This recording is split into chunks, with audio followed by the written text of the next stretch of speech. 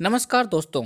आज के वीडियो में हम बात करने वाले हैं सीजर को ठीक करने में काम आने वाली दवा कार्बामाजेपिन टेबलेट के बारे में। आज हम जानेंगे कि ये टेबलेट कौन सी कैटेगरी की दवा है, इसके कौन कौन से पॉपुलर ब्रांड नेम मार्केट में आते हैं, इस टेबलेट का उपयोग कहाँ कहाँ किया जाता है, इसके क्या क्या साइड इफ़ेक्ट है, इस टेबलेट को कितनी मात्रा में वे कब लेने की सलाह दी जाती है और इस टेबलेट को लेते समय क्या क्या सावधानियां रखनी चाहिए। तो ये सभी बातें जानने के लिए वीडियो को पूरा देखें, जिससे आपके सारे कंसेप्ट क्लियर हो सके। अगर आप चैनल पर पहली बार आए हैं तो चैनल को सब्सक्राइब कर बेल आइकन अवश्य दबाएं, जिससे नई नई जानकारी आपको हमेशा मिलती रहे। तो चलिए यहाँ से आज कुछ नया सीखते हैं।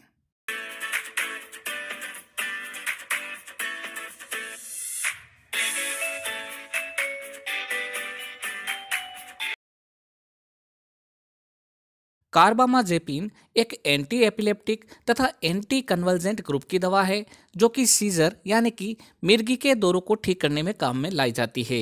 ये मार्केट में कार्बामाजेपिन टेबलेट तथा कार्बामाजेपिन सिरप दोनों ही फॉर्म में अवेलेबल है। आज इस वीडियो में हम सिर्फ कार्बामाजेपिन टेबलेट के बारे में ही बात करेंगे। ये टेबलेट 100 मिलीग्राम, 200 मिलीग्राम तथा 400 मिलीग्राम की अलग अलग स्ट्रेंथ में अवेलेबल है। शेड्यूल एच कैटेगरी की दवा होने के कारण इसे हमेशा डॉक्टर के प्रेस्क्रिप्शन के बाद ही लेना चाहिए। अगर हम कार्बामाजेपिन टेबलेट के पॉपुलर ब्रांड नेम की बात करें तो वो है सबसे पॉपुलर ब्रांड नोवार्टिस फार्मा का टेग्रीटेल टेबलेट। इसके बाद में सन फार्मास्यूटिकल का जेप्टोल टेबलेट, माइक्रोलैब्स लिमिटेड का वेरिटोल टेबलेट, एबोट फार्मा की मेजिटोल टेबलेट व टोरेंट फार्मा की कार्बाटोल टेबलेट। इसके अलावा भी ये दवा आपके एरिया वाइज व डॉक्टर वाइज अलग अलग ब्रांड नेम से मिलेगी। आप इसकी जेनेरिक फॉर्म यानी कि कार्बामाजेपिन टेबलेट के नाम से आने वाली दवा भी खरीद सकते हैं। जेनेरिक फॉर्म भी उतनी ही इफेक्टिव रहती है जितनी की ब्रांडेड फॉर्म।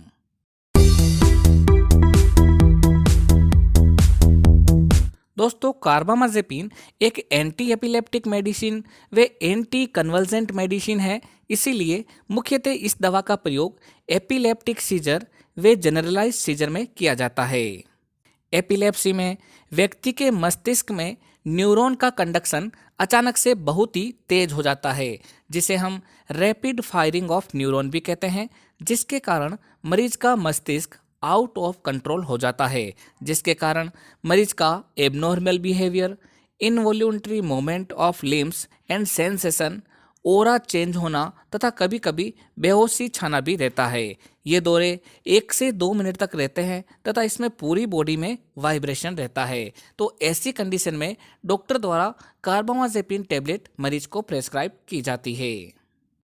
इस दवा का प्रयोग ट्राइजेमिनल न्यूरालजिया नामक बीमारी में भी किया जाता है तथा वहां पर यह दवा ड्रग ऑफ चॉइस के रूप में कार्य करती है। इसके अंतर्गत चेहरे पर एक तरफ अचानक तीव्र बिजली के झटके से चुभने वाला दर्द होता है। ये दर्द चेहरे को छूने, दांत साफ करने, चबाने, बात करने या फिर ठंडी हवा से शुरू होता है। दर्द कुछ सेकंड से लेकर कुछ मिनट तक रहता है, लेकिन ये दिन में कई बार हो सकता है। तो ऐसी कंडीशन में डॉक्टर द्वारा कार्बामाजेपिन टेबलेट प्रेस्क्राइब की जाती है। इसके अलावा इस दवा का प्रयोग न्यूरोपैथिक पेन में भी किया जाता है, जिसमें मरीज के हाथों व पाँवों में दर्द रहता है, पिन चुभने जैसा महसूस होता है, हाथों व पाँवों में नम्बनेस यानी कि सूनापन रहता है, तब भी ये दवा प्रयोग में लाई जाती है। इसका अगला उपयोग है बाइपोलर डिसऑर्डर नामक बीमारी में। दोस्तों, ये एक प्रकार का मेंटल डिसऑर्डर है, जिसमें अवसाद यानी कि डिप्रेशन तथा मेनिया जैसी दोनों दशा शामिल रहती है। डिप्रेशन में व्यक्ति बहुत ही उदास महसूस करता है, धीमे सोचता है, नींद या भूख में बदलाव महसूस करता है, जबकि मेनिया में व्यक्ति अत्यधिक खुश व उत्तेजित महसूस करता है, बहुत तेज बोलता है तथा एनर्जाइज रहता है। यानी कि मरीज में एक बार डिप्रेशन का फेज आता है और कुछ समय के बाद में उसमें मेनिया का फेज आता है, इसीलिए इसको बाइपोलर डिसऑर्डर कहा जाता है। यानी कि एक बार मेनिया होना और एक बार डिप्रेशन होना। तब ऐसी कंडीशन में भी डॉक्टर द्वारा ये दवा प्रेस्क्राइब की जाती है। इसके अलावा इस दवा का प्रयोग कई बार डॉक्टर द्वारा साइजोफ्रेनिया नामक बीमारी में भी किया जाता है। माइग्रेन यानी कि आधा सिर दर्द होता है वहाँ पे भी किया जाता है, और मेनिया डिसऑर्डर में भी किया जाता है।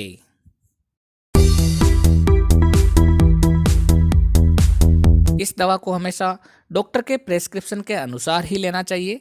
सामान्यतः इसे 200 मिलीग्राम से लेकर 400 मिलीग्राम तक पूरे दिन में 2 से 3 बार डिवाइडेड डोज के रूप में दिया जा सकता है। इसे खाना खाने से पहले या बाद में दोनों समय ही दिया जा सकता है। बच्चों में अगर हम बात करें तो बच्चों में इसकी डोज बच्चे के वजन के अनुसार 15 मिलीग्राम से लेकर 30 मिलीग्राम प्रति किलोग्राम प्रतिदिन तक रहती है। ये दवा प्रेग्नेंट महिला व ब्रेस्ट फीडिंग मदर को कभी भी नहीं दी जाती है। इस दवा को सामान्यतः एरिथ्रोमाइसिन, फ्लूओक्सेटिन व आइसोनियाजिड नामक दवा के साथ में नहीं देने की सलाह दी जाती है, क्योंकि ये दवा लेने से कार्बामाजेपिन टेबलेट का मेटाबॉलिज्म फास्ट हो जाता है तथा उसका डिजायर्ड इफेक्ट नहीं मिल पाता है। अतः जब भी आप डॉक्टर के पास जाएं तो अपनी मेडिसिन हिस्ट्री उन्हें अवश्य बताएं, जिससे डॉक्टर इस दवा को प्रेस्क्राइब कर सके।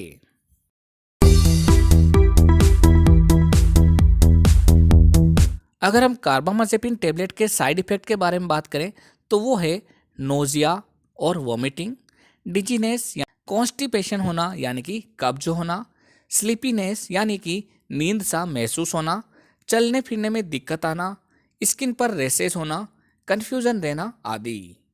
ये वाले साइड इफेक्ट या इसके अलावा और भी कोई साइड इफेक्ट लगे तो तुरंत इस दवा को बंद कर अपने डॉक्टर की सलाह लेनी चाहिए।